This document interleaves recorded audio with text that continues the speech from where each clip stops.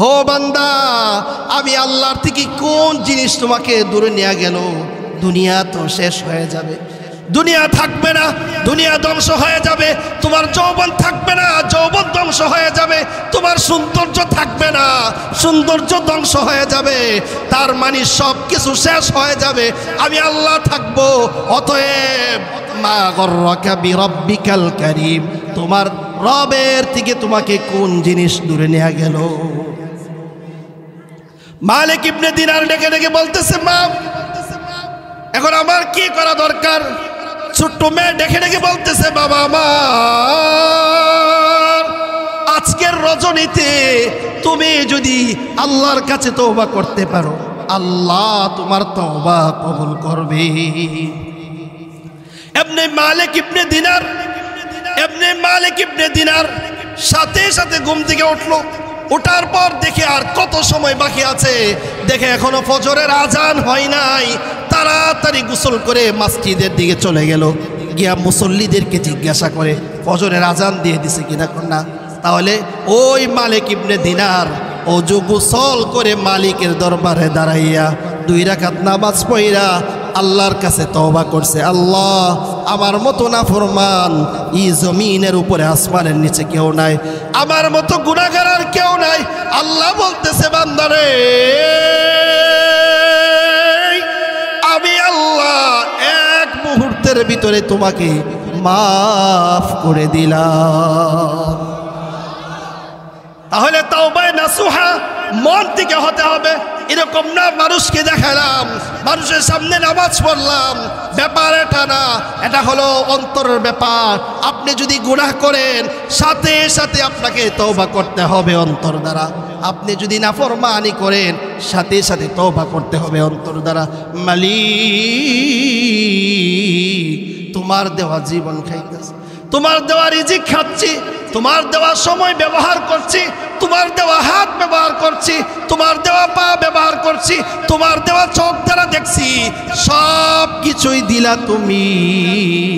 অতএব যদি গুনাহ হয়ে যায় সাথে সাথে আল্লাহকে বলবেন, আল্লাহ তুমি ছাড়া আমার কেউ নাই। কারণ আল্লাহর ছেলে নাই, মেয়ে নাই, আল্লাহর কেউ নেই। লাম ইয়ালিদ ওয়া লাম ইউলাদ, আল্লাহ পাক কাউকে জন্ম দেয় নাই, আল্লাহর থেকেও কেউ জন্ম নেয় নাই। আপনি আমি নাফরমান, আপনি আমি গুনাহগার, আপনি আমি গুনাহগার। একবার যদি মালিককে ডাক দেই, মালিক আমার তো তুমি ছাড়া কেউ নাই, তবে আমাকে ছাড়া কিন্তু তোমার অভাব নাই। বলেন কোটি কোটি মানুষ সব কার? সব হলো আল্লাহর, কিন্তু আমি একজনের, আল্লাহ ছাড়া আমার কেউ নাই। আমার আপন ছেলে, আমার স্ত্রী, আমার বাবা, আমার মা, কেউ আপন হবে না।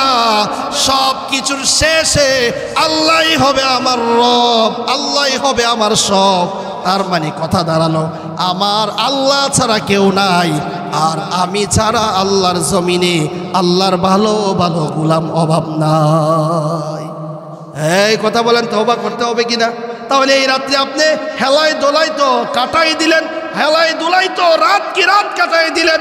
এমনকি শত শত রাত আপনি আমি হেলাই দোলাই কাটাইছি। কেউ মাগরিব মনে চাইলে পড়ি, কেউ এশার মনে চাইলে পড়ি, কিন্তু ভাই এইভাবে তোমার জীবন যৌবন যাবে না। বয়স্ককে জিজ্ঞাসা করো ডেকে ডেকে, ভাই আগের জীবন আছে কিনা? বলে আগের দিন নাই। তার মানে কি দিন তাকে আল্লাহ পাক দিয়েছে, কিন্তু পড়ে যাওয়ার কারণে এখন আর আগের মতো খাবার টেস্ট লাগে না, এখন আর আগের মতো যে চলতে পারে না, আগের মতো হাঁটতে পারে না, আগের মতো চোখকে দেখতে পারে না। তার মানে একদিন আমি আপনারও সব কিছু ফুরাইয়া আসবে। তাহলে কি করতে হবে? তাওবা, গুনার সাথে সাথে তওবা। হাদিসে রাসূল বলছে, আত-তাইবু মিনাজ যান, বান্দারে যদি গুনাহ হয়ে যায় আমি আল্লাহ তো বসায় থাকি, কবে আবার আল্লাহর কাছে মাফ চাইবা? আমিন। ওয়ালহামদুলিল্লাহি রাব্বিল আলামিন। وقال تعالى في شان حبيبه ومحبوبه آمرا ومخبرا إن الله وملائكته يصلون على النبي يا أيها الذين آمنوا صلوا عليه وسلموا تسليما اللهم صل على محمد وعلى آل محمد كما صليت على إبراهيم وعلى آل إبراهيم إنك حميد مجيد اللهم بارك على محمد وعلى آل محمد كما باركت على إبراهيم وعلى آل إبراهيم إنك حميد مجيد سبحانك لا علم لنا إلا ما علمتنا إنك أنت العليم الحكيم الحمد لله আল্লাহ পাক রব্বুল আলামিনের দরবারে লাখো কোটি শুকরিয়া যে মালিক আমাদেরকে আল্লাহর ঘরে মহামান্বিত একটি রাত্রিতে একত্রিত হয়ে দ্বীনের কিছু কথা শোনার যে মালিক আমাদেরকে তৌফিক দান করছেন সে মালিকের দরবারে হৃদয়ের গহীন থেকে সবটুকুন ভালোবাসা উজাড় করে ওনার দেওয়া জবান দিয়ে ওনার শিখানো ভাষা দিয়ে সকলে কালিমাতুশ শুকর বলি আলহামদুলিল্লাহ আর একটু জোরে সরে বলি আলহামদুলিল্লাহ। তো আমি আপনাদেরকে বলছি যে রাত্রের প্রথম থেকেই আল্লাহ পাক মানুষদেরকে মাফ করতে থাকে। তো ভাই কে কখন চলে যাবে আল্লাহ পাক ভালো জানে, কে কখন চলে যাবে। তবে যদি গুনাহ নিয়ে যায় তাহলে তার জন্য জাহান্নাম ছাড়া কোনো উপায় থাকবে না। আর যদি ইস্তিগফার করে তাওবা করে মরতে পারে, যদিও অল্প আমল হয়, আর যদি তার আমলগুলো শিরিক মুক্ত হয় তাহলে অল্প আমলেই আল্লাহ পাক তাকে জান্নাত দিয়ে দিবে বলে সুবহানাল্লাহ। তো এই জন্য আমি আপনাদের সামনে কালামে পাকের একটি আয়াতে কারিমা পাঠ করেছি। আল্লাহ চাহে তো সেই আয়াতকে সামনে রেখেই আজকের এই রজনীর ফজিলত এই আয়াতের ভিতরে চলে আসবে ইনশাআল্লাহ তাআলা। সর্বপ্রথম কথা হলো আমরা হচ্ছি বনি আদম, আমরা হচ্ছি মানুষ, গুনাহ হবে আমাদের, আবার তওবা করে আমরাই আল্লাহর প্রিয় বান্দা হব। কি বলেন? কথা বুঝে থাকলে বলেন, গুনাহ করার পরে তওবা করা এটা আমাদের কাজ। আর যে ব্যক্তি গুনার পরে তওবা করে না সে হলো শয়তান। যেরকম আল্লাহ পাকের পক্ষ থেকে সে কি হলো? চিরতরে লানত প্রাপ্ত হলো। এর একমাত্র কারণ হলো আল্লাহ পাকের অবাধ্য করেছে। আল্লাহ পাক তাকে আদেশ করছিল যে কি করো, আদমকে সেজদা করো। তো এতটুকু কথা না মানার কারণে আল্লাহ পাক তাকে চির লাঞ্ছিত এবং চিরতরে তাকে লানত দিয়ে জান্নাত থেকে বাইর করে দিয়েছে। তাহলে আমার আপনার কত দাম?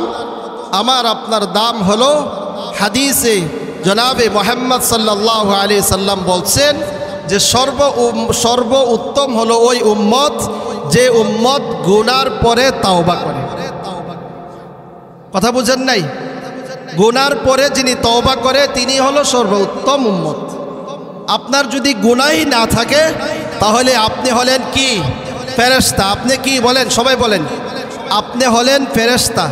যার গুনাহ নাই সে হলো ফেরেশতা। আর যার ইস্তেগফার নাই, আল্লাহর কাছে তওবা নাই, সে হলো শয়তান।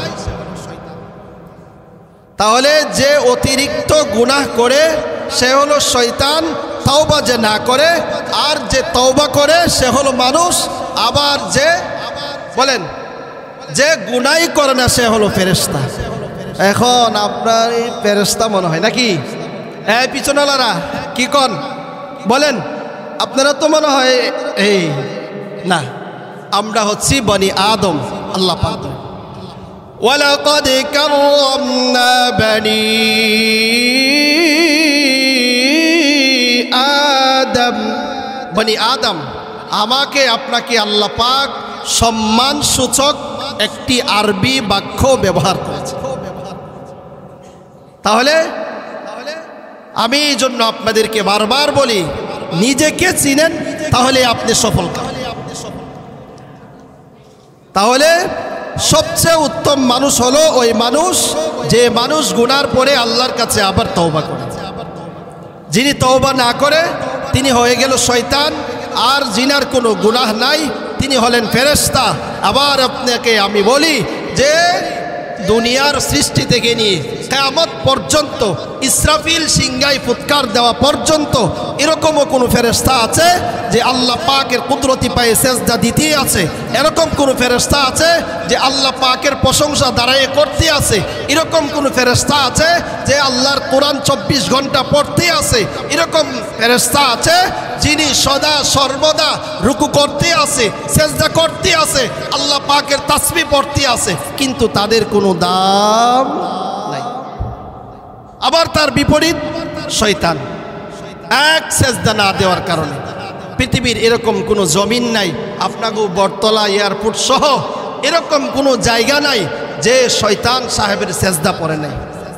কথা কটা অমান্য করছে? একটা কথা বলেন, একটা কথা অমান্যর কারণে আল্লাহ পাক তাকে জান্নাত থেকে তো বাহির করলো, বললেন একবারে ফাইন্নাকা রাজিম, তুই হলো চিরতরে অকৃতজ্ঞ, লানত প্রাপ্ত। তাহলে আমার আপনার দাম এই জন্যই, আমার আপনার গুনাহ হয়ে যাবে, সাথে সাথে তওবা হবে। এই জন্যই আল্লাহ বলছে বনি আদম কাররামনা, আমি আল্লাহ তোমাদেরকে সম্মান দিয়েছি। সম্মান কে দিয়েছে বলেন? আল্লাহ সম্মান দিছে। এই যে গাছ দেখতেছেন, যা কিছু আছে সব কিছু আল্লাহ পাকের তাসবিহাত পড়ে, কিন্তু তাদের তাসবিহাতের কোনো মূল্য নাই, কারণ তাদের কোনো গুনাহ নাই। এই জন্য তাদের শত আমলের ভিতরেও তাদের কোনো দাম নাই। আপনি, আমি, আব্দুল কাদের, আব্দুল বাসেত, তাদের এত দাম কেন? যে তারা গুনাহ করে সাথে সাথে মালিকের কাছে আবার তওবা করে। এই জন্য আল্লাহ বলছে ওয়ালাকাদ কাররামনা বনি আদম। আপনাকে আপনি চিনেন, আপনাকে আপনি চিনেন, আপনি কার বান্দা, কোন নবীর উম্মত, আপনি শ্রেষ্ঠতম মানুষ, আপনি শ্রেষ্ঠ মানুষ। গুনাহ হবে, সাথে সাথে যদি তওবা হয়ে যায় আপনি শ্রেষ্ঠ মানুষ। গুনাহ করেন, যদি আপনি তওবা না করেন আপনি হলেন শয়তান। আপনাকে ধীরে ধীরে গুনাহ করতে করতে একদিন আপনিও আল্লাহ পাকের অকৃতজ্ঞ হয়ে যাবেন, আর আপনার ঠিকানা হবে জাহান্নাম। তো এবার আসুন, এই রাত্রির কত ফজিলত, মাগরিবের পর থেকে নিয়ে আল্লাহ রাখতে থাকি। এমন কোন গুনাহগার আছে, এমন কোন জালেম আছে যে জালেম গুনাহ করতে করতে জীবনের কে এত পরিমাণে গুনাহ করছে, এই গুনাহ দ্বারা আশা করতে পারে না যে মালিক আমাকে মাফ করবে কিনা। এত পরিমাণে নাফরমানি করেছে কিনা কোনো বান্দা আছে কিনা? কোনো বান্দা যদি এই রাত্রে আল্লাহকে বলে, মনে মনে বলে যে আল্লাহ আমি অপরাধ করেছি, আমার গুনাহ এত পরিমাণে হয়েছে, আমার নাফরমানি এত পরিমাণে হয়েছে, আল্লাহ মাপ পাবো কিনা জানি না। তো এই রাত্রে আল্লাহ পাক আপনাকে আমাকে খুঁজতেছে। পৃথিবীর সিস্টেম হলো অপরাধ করলে আপনাকে খুঁজে আপনাকে জেলখানা নেওয়ার জন্য। পৃথিবীর সিস্টেম হলো আপনি যদি কোনো অপরাধ করেন আপনাকে খুঁজে জেলখানায় নিবে, আপনি যদি কাউকে মারেন সে আপনাকে খুঁজে মারার জন্য। আপনি আমি এত পরিমাণে নাফরমানি করতেছি, কিন্তু মালিক আপনার আমাকে মারার জন্য খুঁজে না, আপনাকে ধ্বংসের জন্য খুঁজে না, খুঁজে অপরাধী, খুঁজে জালেম। হে গুনাহগার, কোথায় আছো আজকে রাত্রে? আসো, আমি আল্লাহর কাছে মাপ চাও।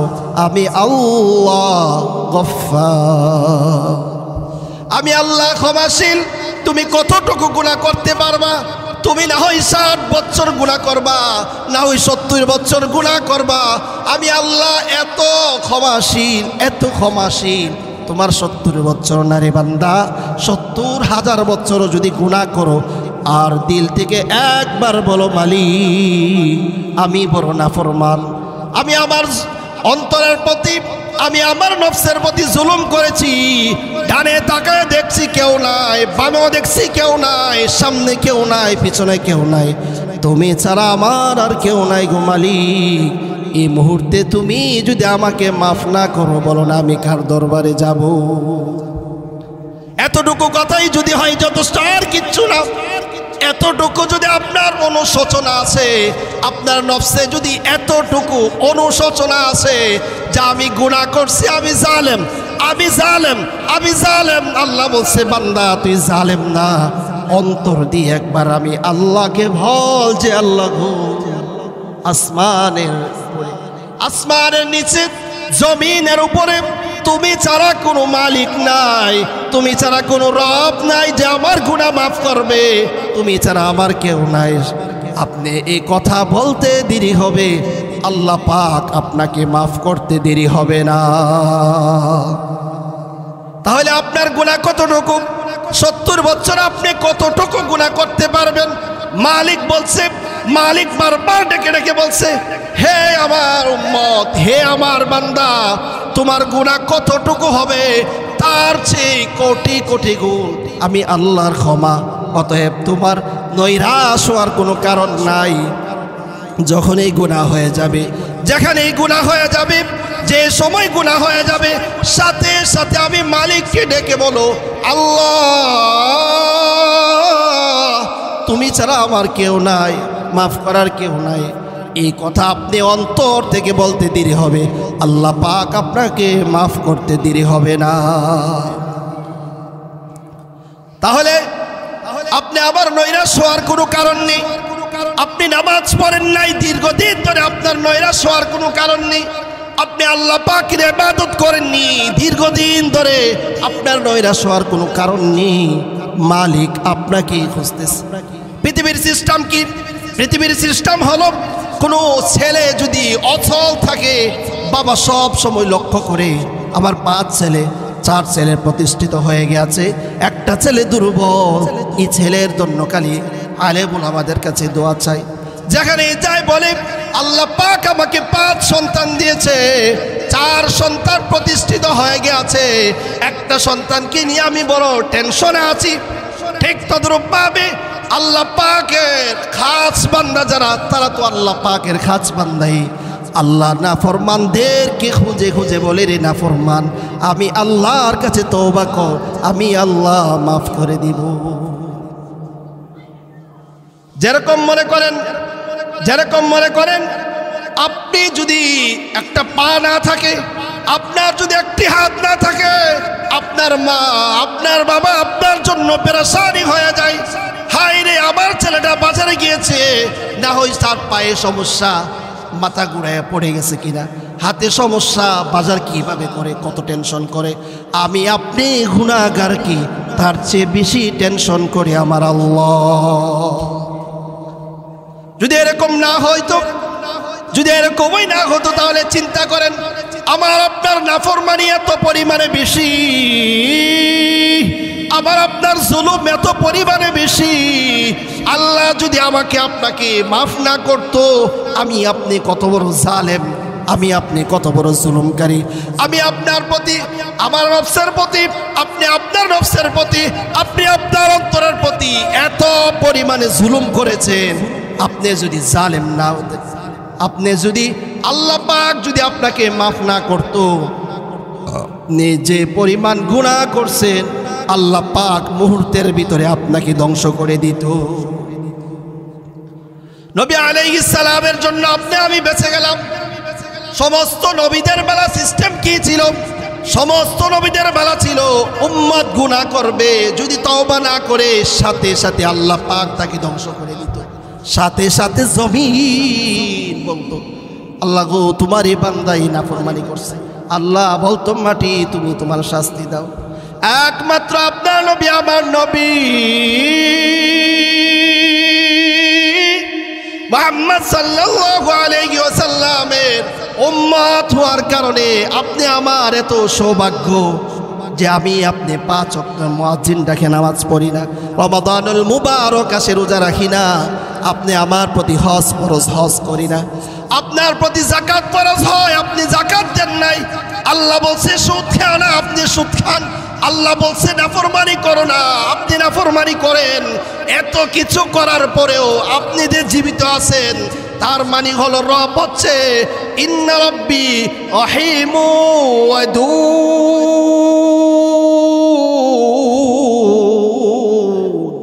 আল্লাহ হচ্ছে দয়ালু, আল্লাহ পাক হচ্ছে ভালোবাসেন। এই জন্য আমাকে আপনাকে আল্লাহ পাক মারেন না, আমাকে আল্লাহ পাক ধ্বংস করে দেন না। আল্লাহ যদি পারতেন, আল্লাহ যদি চাই মুহূর্তের ভিতরে ধ্বংস করে দিতে পারত, কিন্তু মালিক এটা করে না। কারণ কি? মালিক বলে বান্দা আমার গুনাহ করে আবার বান্দা তো তাওবা করবে। এই জন্য আল্লাহ বলে বান্দা তোমার চেয়ে উত্তম কেউ নাই, তোমার গুনাহ হয়ে যাবে সাথে সাথে তওবা করবা, আর আমি আল্লাহ গফফার। আপনি আমার গুনাহ হয়ে যাবে সাথে সাথে তওবা করতে হবে, আপনার গুনাহ হয়ে যাবে সাথে সাথে তওবা করতে হবে। বিদায় আপনাকে আমাকে আল্লাহ পাক এত দামি বানিয়েছেন। কথাগুলো শুনেন, জীবন এতভাবে হেলায় যদি কাটায় দেন, আপনার হেলায় কাটানো দিন কিন্তু যাবে না। একদিন বিপদে পড়ে দেখেন, কষ্টে পড়ে দেখেন আপনাকে কি সাহায্য করে। পৃথিবীর মানুষ গুনাহ যদি করে, গুনাহ করার পরে জমিন আল্লাহকে ডেকে ডেকে বলে মালিক তোমার দেওয়া নিয়ামত খাচ্ছে, তোমার দেওয়া সময় ব্যবহার করছে, তোমার দেওয়া সব কিছু করছে, কিন্তু নাফরমানি তোমার করে আমার সহ্য হয় না। আল্লাহ বলে রে জমিন একটু ধৈর্য ধর, আমার বান্দা গুনাহ করছে, আমার বান্দা আবার আমি আল্লাহর কাছে তওবা করবে। তাহলে যদি বলি আপনি আমার গুনাহ কতটুকু? আমি তো কাউকে হত্যা করি নাই, আমি তো কাউকে হত্যা করি নাই, আপনি তো আল্লাহর সাথে কাউকে শরীক করি নাই। তাহলে আমাদের এত পরিমাণে গুনাহ হয় নাই যে আমাকে আল্লাহ মাফ করবে না?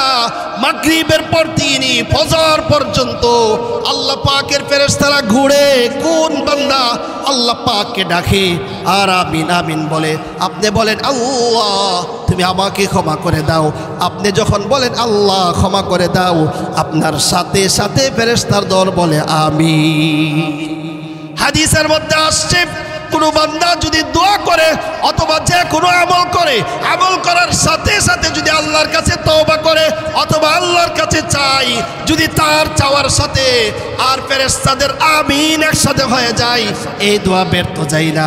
এই জন্য মাগরিবের পর থেকে নিয়ে ফজর পর্যন্ত জালেমগুলোকে, গুনাহগারকে, অপরাধীদেরকে আল্লাহ পাক খুঁজে খুঁজে বাইর করে বলতেছে বান্দা কতটুকু গুনাহ করছো, আমি আল্লাহর কাছে মাপ চাও। তাহলে গুনাহ যদি হয়ে যায় কি করতে হবে? তওবা করতে হবে।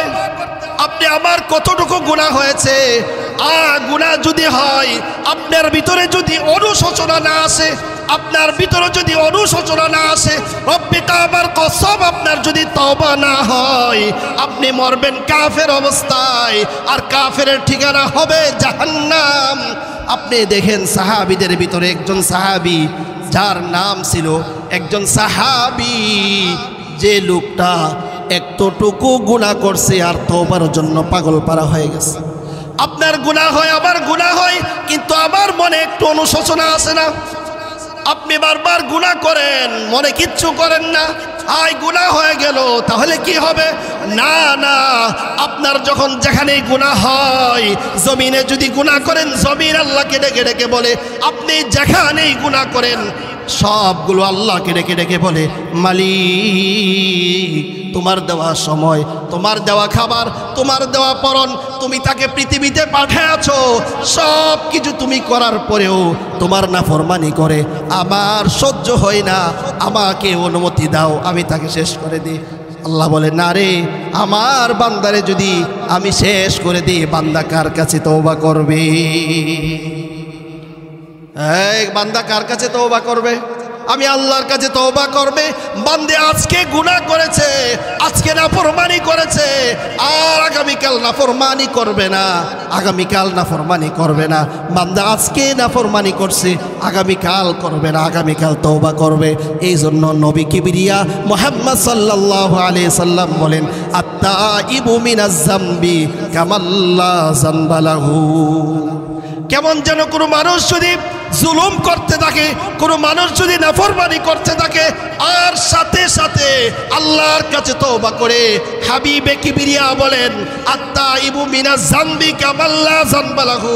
কোনো বান্দা যদি তওবা করে, কেমন জানি তওবাকারী কোনো গুনাহই করে নাই। আপনি গুনাহ করার পরে, অপরাধ করার পরে আল্লাহর কাছে যদি আপনি তওবা করেন, তাহলে আপনার তওবা হবে কেমন তওবা? আল্লাহ বলেন, ইয়া আইয়ুহাল্লাযীনা আমানু তুবু ইলাল্লাহি তাওবাতান নাসুহা।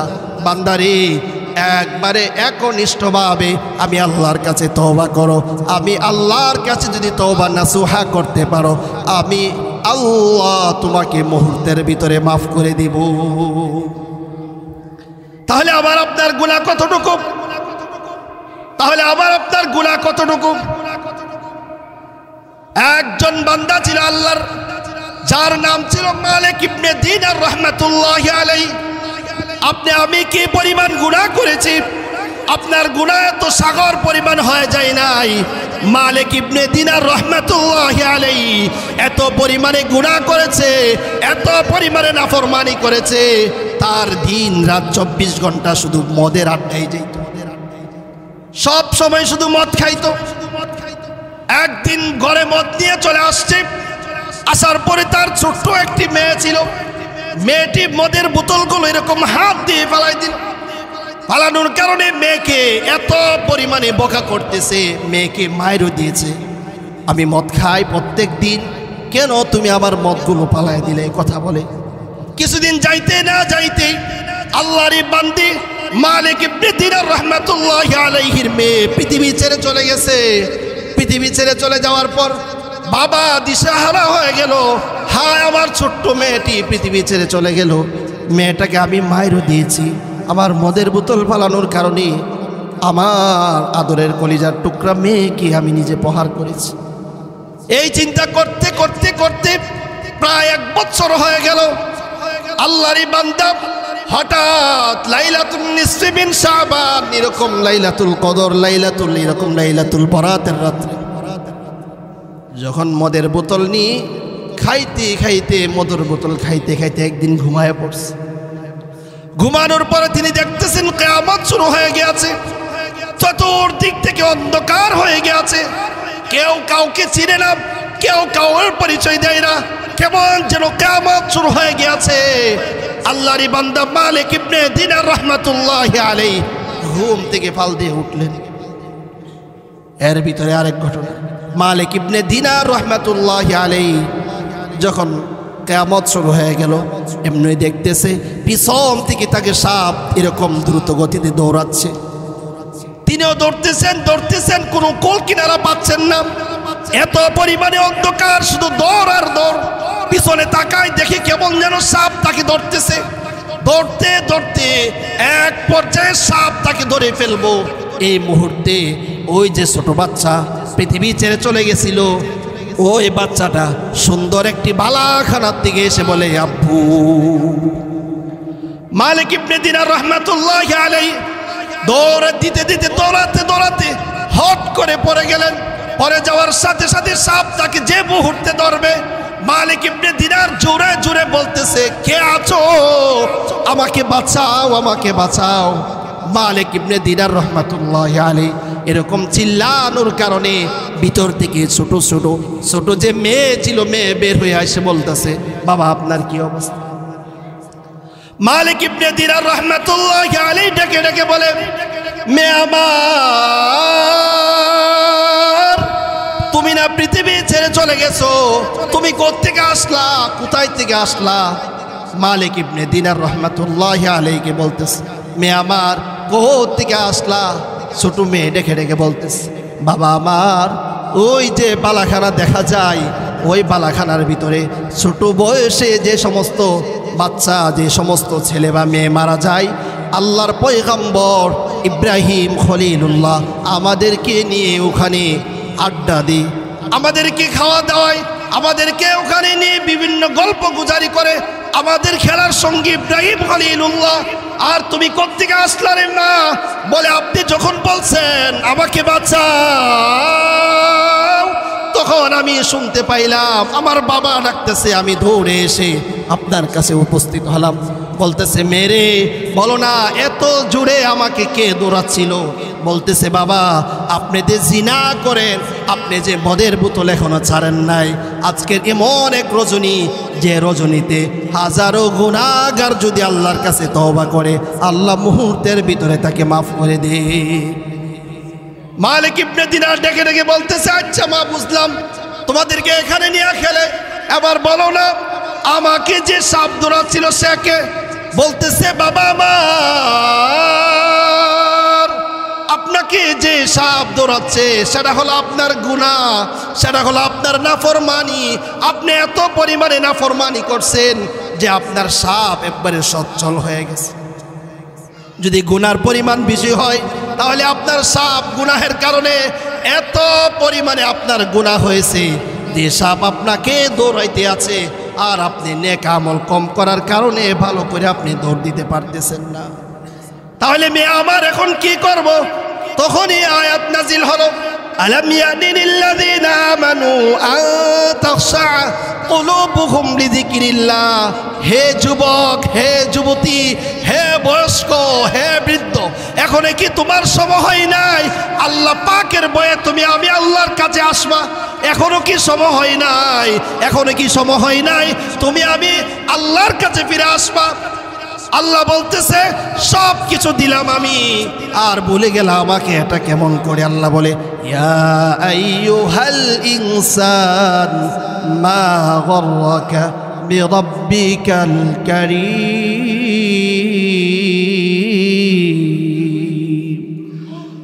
আল্লাহ বলতেছে, বান্দা, হে ইনসান, হে মানব জাতি, হে মানব গোষ্ঠী, আমি আল্লাহ তোমাকে ধাপে ধাপে মায়ের পেট থেকে এক এক করে তোমাকে আমি বানাইলাম। যখন ছোট ছিল, হাঁটতে পারত না, বসতে পারত না, আমি আল্লাহ সব দিলাম। যখন কথা বলার যোগ্যতা দিলাম, তোমার মাথা ছিল, তোমার ব্রেন ছিল, কিন্তু ব্রেনে কাজ করে নাই, আমি আল্লাহ সব কিছু তোমাকে দিলাম। দেওয়ার পরে তুমি আমাকে কিভাবে ভুলে গেলে? মা গররাকা বিরাব্বিকাল কারীম। হো বান্দা, আমি আল্লাহর থেকে কোন জিনিস তোমাকে দূরে নিয়ে গেল? দুনিয়া তো শেষ হয়ে যাবে, দুনিয়া থাকবে না, দুনিয়া ধ্বংস হয়ে যাবে। তোমার যৌবন থাকবে না, যৌবন ধ্বংস হয়ে যাবে। তোমার সৌন্দর্য থাকবে না, সৌন্দর্য ধ্বংস হয়ে যাবে। তার মানে সব কিছু শেষ হয়ে যাবে, আমি আল্লাহ থাকবো।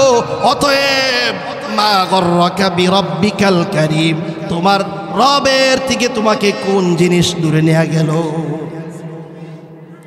মালিক ইবনে দিনার ডেকে ডেকে বলতেছে, মা এখন আমার কি করা দরকার? ছোট্ট মেয়ে ডেকে ডেকে বলতেছে, বাবা আমার,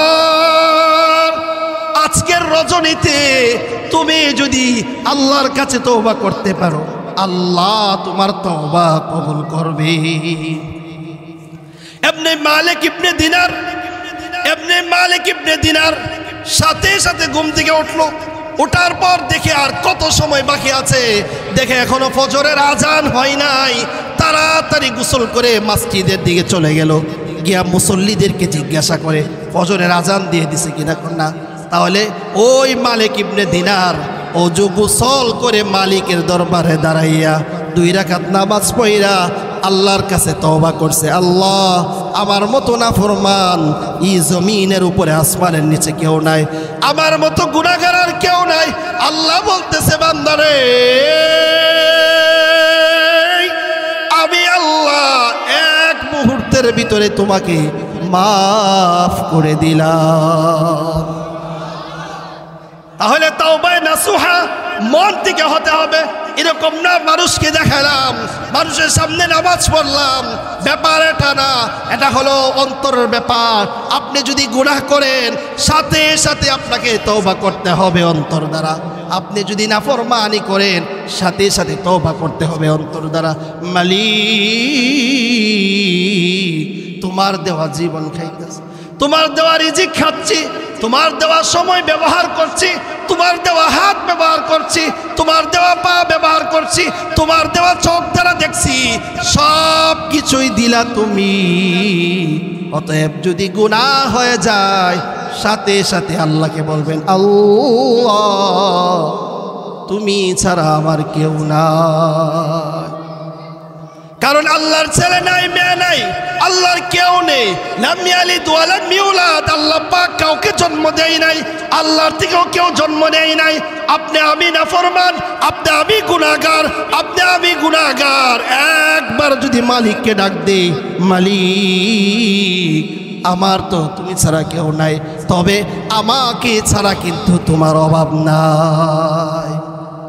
বলেন কোটি কোটি মানুষ সব কার? সব হলো আল্লাহর, কিন্তু আমি একজনের, আল্লাহ ছাড়া আমার কেউ নাই। আমার আপন ছেলে, আমার স্ত্রী, আমার বাবা, আমার মা, কেউ আপন হবে না। সব কিছুর শেষে আল্লাহই হবে আমার রব, আল্লাহই হবে আমার সব।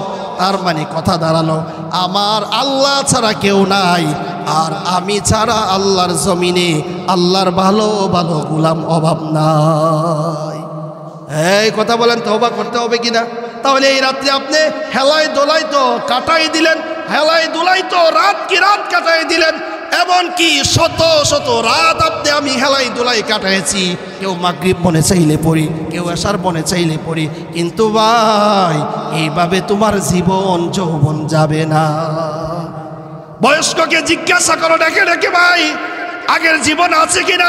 বলে আগের দিন নাই। তার মানে কি দিন তাকে আল্লাহ পাক দিয়েছে, কিন্তু পড়ে যাওয়ার কারণে এখন আর আগের মতো খাবার টেস্ট লাগে না, এখন আর আগের মতো যে চলতে পারে না, আগের মতো হাঁটতে পারে না, আগের মতো চোখকে দেখতে পারে না। তার মানে একদিন আমি আপনারও সব কিছু পুরাই আসবে। তাহলে কি করতে হবে? তাওবা, গুনার সাথে সাথে তওবা। হাদিসে রাসূল বলছে আত-তাইবু মিনাজ যানব, বান্দারে যদি গুনাহ হয়ে যায় আমি আল্লাহ তো বসায় থাকি, কবে আবার আল্লাহর কাছে মাপ চাইবা আর আবার আল্লাহ তোমাকে ক্ষমা করতে বসা। আল্লাহ কত দয়ালু, আল্লাহ পাক কত দয়ালু। আপনি মাগরিবের নামাজ পড়েন নাই, মাগরিবও ডেকে ডেকে বলে দিমু কিনা? আল্লাহ বলে মাগরিব আসে নাই, তাতে কোনো অসুবিধা নাই। এশার নামাজ পড়বে, এশার নামাজে আবার খুঁজে মালিককে ডেকে ডেকে বলে তোমার এই বান্দা তো এশারও আসে নাই, কি করুম? অসুবিধা নাই, আমার এই বান্দা ফজরের জামাতে জয়েন করবে। আপনি আমি ফজরে আসি না, ফজর আল্লাহকে বলে কি করুন? আল্লাহ বলে সময় নাই, ফজরে আসে নাই, সে জোহরে আসবে। আবার আপনি আমি যখন জোহরে আসি না, তখন জোহর বলে কি করুন? বলে না সময় নাই, আমার বান্দা আসরে আসবে। এরকম করে করে আমাকে আপনাকে আল্লাহ পাক ছাড় দিতে দিতে, কিন্তু আল্লাহ পাকের একটা নিজাম হলো আল্লাহ ছাড় দে কিন্তু ছেড়ে দেয় না।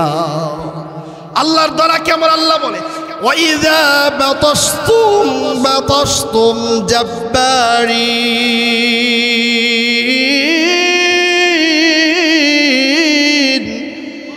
আল্লাহ বলতেছে আমি ধরি না, ধরি না, তবে আমি আল্লাহ একবারে ছাইরা দেই না। এখানে আমি নাফরমান, আপনারা গুনাহগার, এরকম মনের স্বভাব নাই, কিন্তু তওবা হবে মন থেকে, তওবা হবে অন্তর থেকে। কলবে সালিম যেটা হবে অন্তর থেকে হবে।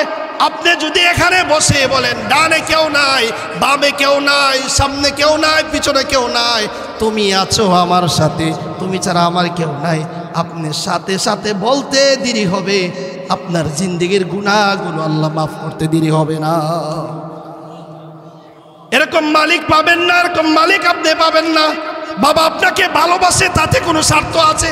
মা আপনাকে ভালোবাসে, তাতেও স্বার্থ আছে। ছেলে আপনাকে বাবা হিসাবে ভালোবাসে, স্বার্থ আছে। 1 মাস টাকা না দেয়া দেখেন মার চেহারা ঠিক পাবেন। 1 মাস বাবাকে টাকা না দেয়া দেখেন বাবার চেহারা ঠিক পাবেন না। 1 মাস ছেলেকে ভরণ পোষণ না দেয়া দেখেন আপনাকে বাবা বলে স্বীকারই করবে না। কিন্তু মালিক আমাদেরকে সব কিছু দেওয়ার পরেও আপনি নাফরমানি করেন, কোনো দিন কিন্তু আল্লাহ পাক বলে নাই তুই আমার বান্দা না। পৃথিবীর সিস্টেম কি? পৃথিবীর সিস্টেম হলো যদি 4 ছেলে থাকে, যে ছেলে সবচেয়ে ভালো ইনকাম করে মা বাবা তাকে বিশেষ শ্রদ্ধা করে, কারণ তার টাকা ইনকাম দিয়ে আমরা চলি এই জন্য। আর মালিক আমাকে আপনাকে এত কিছু দেওয়ার পরও মালিক কাউকে 2 চোখে দেখে না। আল্লাহ কোরআনে সুস্পষ্ট ভাষায় বলছে ওয়ালা ইউজলামুনা ফাতিলা।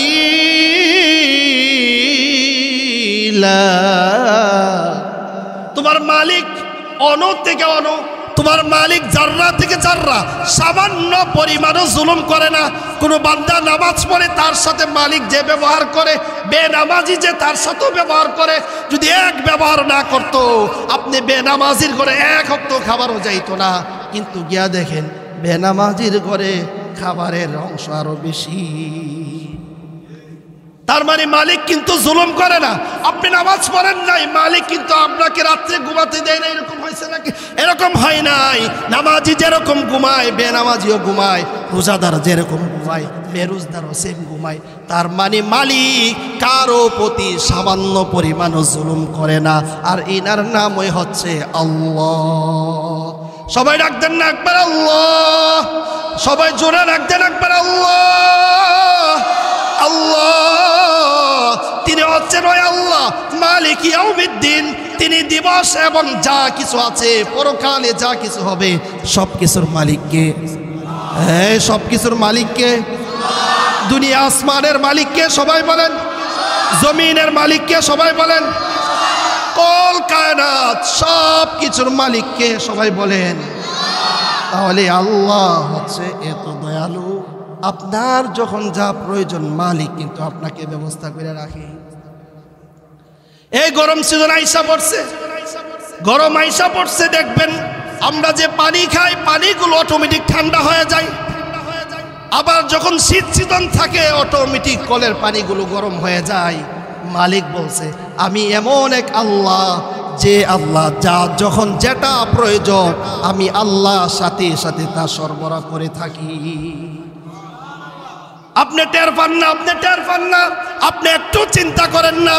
আমরা যখন শৈশবে ছোট বয়সে মার দুধ খেয়েছি, ছোট বাচ্চা যদি বেশি গরম দুধ খায় তার টুট টুট পড়ে যায়, তার মুখ পুড়ে যায়।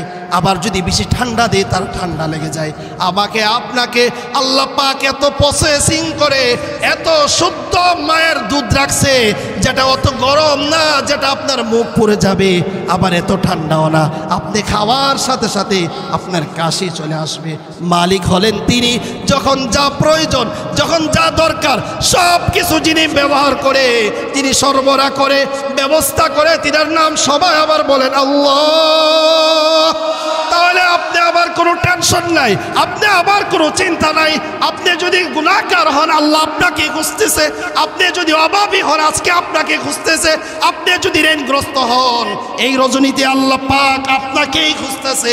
ভালো কোনো মানুষকে আল্লাহ খুঁজতেছে না। আপনার মতো আমার মতো গুনাহগার, আপনার মতো আমার মতো নাফরমান যারা আছে আল্লাহ পাক তাদেরকেই খুঁজতেছে। আপনি ইনকাম কম করেন, মা এতটা ভালোবাসে না। মা আপনাকে দেখবেন আপনাকে ফোনও ভালো করে দেয় না, কিন্তু মালিক বলতেছে 24 ঘন্টা আমি তোমার ডিউটি করতেছি। আমি আল্লাহ দয়ালু বেশি এই জন্য ঘুমাই না, আমি আল্লাহ দয়ালু বেশি এই জন্য আমি আল্লাহ শুরুতে ছিলাম, এখনো আছি, সামনেও থাকবো। সব কিছু ধ্বংস হয়ে যাবে, আমি আল্লাহ এই জন্য থাকবো। বান্দারে কখন তোর কি প্রয়োজন হয় আমার কাছে চাবি, আমি দিতে যদি না পারি এই জন্য আমি আল্লাহ 24 ঘন্টার ভিতরে 1 সেকেন্ডের জন্য ঘুমাই না। 24 ঘন্টার ভিতরে 1 সেকেন্ডও তোমার দিকে শুধু তাকায় থাকি।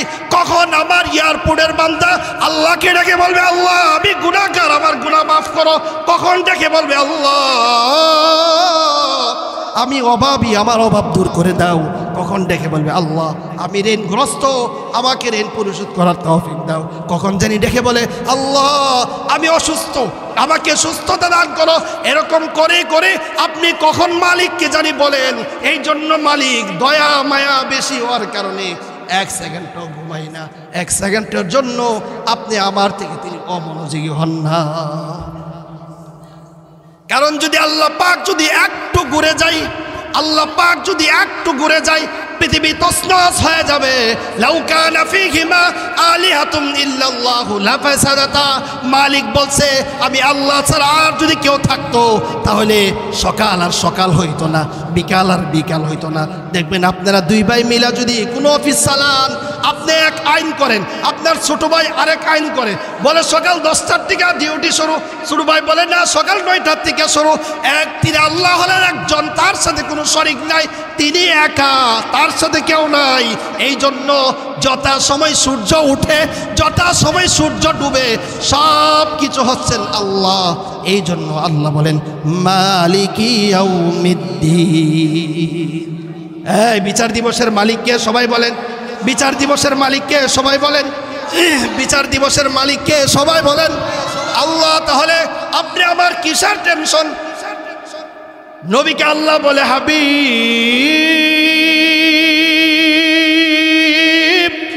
আপনার উম্মতকে বলেন যখন গুনাহ হয়ে যায় তারা যেন টেনশন না করে, গুনাহ হওয়ার সাথে সাথে আমি আল্লাহর কাছে যেন তওবা করে। আমি আল্লাহ বসে থাকি, বান্দা কবে ডাইকে আমাকে বলবে আস্তাগফিরুল্লাহ। আল্লাহ বলেন ইন্নাল্লাহা গফুরুর রহিম। আপনার অভাব অনটন, আপনার পেটে ভাত নাই, আপনার ঘরে স্ত্রী অসুস্থ, আপনার ঋণ হয়ে গেছে, আপনি অভাবে আছেন, অসুস্থতায় আছেন, বেজালের পর বেজাল আছেন, আল্লাহ আপনার জন্য বসা আছে। বান্দা বেজালে পড়লেই তুমি আমাকে ডাকবা। কারণ বাংলাদেশের মানুষের নিয়ম হলো কি জানেন? দেখবেন চাকরি চইলা গেলাগা, এত পরিবারে নামাজ পড়ে, চাকরি সব নামাজ পড়ছিল, বুঝেন নাই মনে হয়, এই কথা বুঝেন নাই। চাকরি চলে গেলে নামাজ পড়ে, চাকরি থাকলে পড়ে না। ঘরে যদি খাবার থাকে নামাজ পড়ে না, পকেটে যদি টাকা থাকে আল্লাহর নাফরমানি করে। যখন টাকা ফুরায় যায় রাস্তায় হাঁটে আর বলে আল্লাহ শুধু আমারই গরিব বানাইছিল। অথচ আল্লাহ বলছেন না রে বান্দা লা ইউযলামুনা ফাতিলা। আমি আল্লাহ যাকে যেটা দেওয়ার, আমি আল্লাহ যাকে যেটা দেওয়ার, যার জন্য যেটা ব্যবস্থা করার সব কিছু করে রাখছি, তুমি নিতে ব্যর্থ। এই জন্য আল্লাহর কোনো দোষ নাই, আল্লাহ পাক দিতে চাই। আল্লাহ আপনি অভাবে আছেন, আল্লাহ দিতে চাই।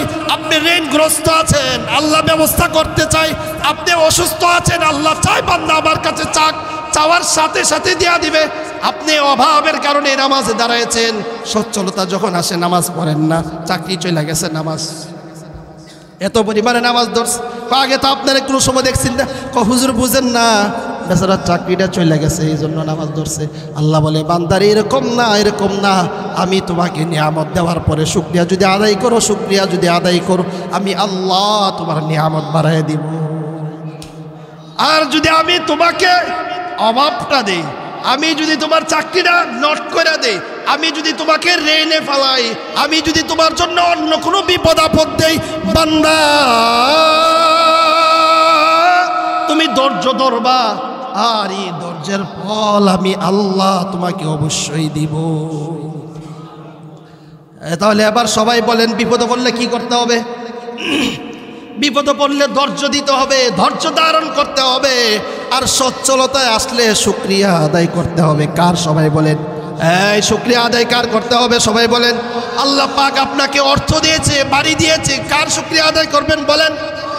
আল্লাহ পাক আপনাকে অভাবে দিয়েছে, আল্লাহ পাক আপনার পৃথিবীতে ছেলে দেওয়ার পর ছেলে পৃথিবীর থেকে চলে গেছে, কিছু টাকা দিছিল, ঋণগ্রস্ত করে দিচ্ছে। আবার একটা ব্যবসা করতেন, ব্যবসায় লস খাইছেন, কি করতে হবে? তখন আপনাকে ধৈর্য ধারণ করতে হবে। এই দুই গুণ যার ভিতরে আছে, আল্লাহ পাক আপনাকে পৃথিবীতেও ঠকাবে না, আর আখিরাতে তো আল্লাহ পাক কাউকে ঠকাবে না। এখন বলেন, বিপদে বললে কাকে ডাকবেন? আর যদি ভালো অবস্থায় থাকেন কাকে ডাকবেন? নাকি ভালো অবস্থায় এই বুঝেন, যখন ভালো অবস্থায় স্ত্রী কালী ডায়লগ দেব, তোমার কাছে টাকা আছে, চলো না আজকে যাই, মানে বুঝছেন, মানে আজকে জোহর নামাজে মুয়াজ্জিন আযান দিচ্ছে, বউ বলে চলো আজকে বসুন্ধরা শপে যায়, টাকা আছে এই জন্য। তার মানে আপনি আল্লাহর নাফরমানি করে বউকে রাজি করলেন। আর যদি অভাব থাকে তাহলে বউ বলে তোমার মতো জামাইয়ের ঘরে আমি আইসা আর শান্তি পেলাম না। কি কন? আপনাদের সবাই ভালো বুঝছি, কিন্তু বালা গো চেহারা দেখলে বালা বোঝা যায় না। মালিক বলতেছে আমি তোমাকে অভাব এই জন্য দেই, তুমি আমায় আল্লাহর কাছে বারবার যেন চাও, কারণ আমি আল্লাহর ছেলে নাই, আমি আল্লাহর কোনো মেয়ে নাই, আমি আল্লাহর কেউ নাই, আমি আল্লাহ, শুধু তোমরাই আছো। তুমি বিপদ পড়ে যদি আমি আল্লাহর কাছে চাও, আমি আল্লাহ বসে থাকি, বান্দা কবে চাইবে আমার কাছে আর আমি আল্লাহ দিব। তাহলে কি হলো ভাই? তাহলে কি হলো বলেন? আপনি যখনই চাবেন কার কাছে চাইবেন? সবাই বলেন। যখনই গুনাহ করেন কার কাছে তওবা করবেন? তাহলে আপনার গুনাহ যদি হয়ে যায় তওবা করতে হবে কার কাছে? যদি গুনাহ হয়ে যায় তওবা কার কাছে করতে হবে? আর যদি আপনি সচ্ছলতা আছেন কার শুকরিয়া আদায় করতে হবে? সবাই বলেন আল্লাহ। ওই দিনে, আজকের দিনে আপনাকে মাফ করার জন্য বসে আছেন আল্লাহ। এই জন্য আমাকে আপনাকে বিপদে আপদে কাকে রাখতে হবে? সবাই বলেন আল্লাহকে রাখতে হবে। এই জন্য আমি যখন বিপদে পড়ি আল্লাহকে ডাকবো, আমি যখন গুনাহ করি আল্লাহর কাছে ইস্তেগফার করব, আবার যখন সচ্ছলতা আছে শুকরিয়া আদায় কার করব? সবাই বলেন আল্লাহর শুকরিয়া আদায় করতে হবে। আল্লাহ পাক আমাদের সবাইকে তওবা ইস্তেগফার পড়ে পড়ে দুনিয়ার জীবনের গুনাহগুলো মাফ করে যেন কবরে যেতে পারি সে তৌফিক দান করুক। সকলে বলুন আমিন। হ্যাঁ, সকলে বলুন আমিন। তাকবীর দেন, লিল্লাহি তাকবীর, লিল্লাহি তাকবীর। প্রধান বক্তার আগমন বটতলাবাসীর পক্ষ থেকে, জুলাবরার মসজিদের পক্ষ থেকে, নেতি হাজারা মাদ্রাসার পক্ষ থেকে মুফতি দেলোয়ার হোসেন তাহেরপুরি সাহেব দামাত বরকাতুহু। সকালে বলে আলহামদুলিল্লাহ। জিনার বয়ান শোনার জন্য, জিনার বয়ান শোনার জন্য প্রায় 1 ঘন্টা আগে, আমি জোহরে বলেছি 1 ঘন্টা আগে মসজিদ ভরপুর হয়ে যায়। আপনারা হয়তো মেহমানকে যদি কদর না করেন, আমি বলছি আবারও আমি দৃষ্টি আকর্ষণ করব, যারা বাহিরে ঘুরতেছেন দয়া করে মেহরবানি করে মসজিদে চলে আসেন। আমাদের প্রধান বক্তা যিনি মুফতি দেলোয়ার হোসেন তাহেরপুরি সাহেব দামাত বরকাতুহু এই মুহূর্তে আলোচনা করবেন ইনশাআল্লাহ। আমরা যারা বাহিরে এখনও হাঁটতেছি ঘুরতেছি সবাইকে অনুরোধ করব, নিচে যদি জায়গা না হয় দোতলায় প্রজেক্ট আছে, আপনারা 2 তলায় বসেন। আল্লাহ পাক আমাদের সবাইকে আজকে যেন এখান থেকে সমস্ত গুনাহ মাফ করে মাসুমের মতো গুনাহ মুক্ত অবস্থায় যেন আমরা সকলে ঘরে ফিরতে পারি সে তৌফিক দান করে। সকলে বলুন আমিন।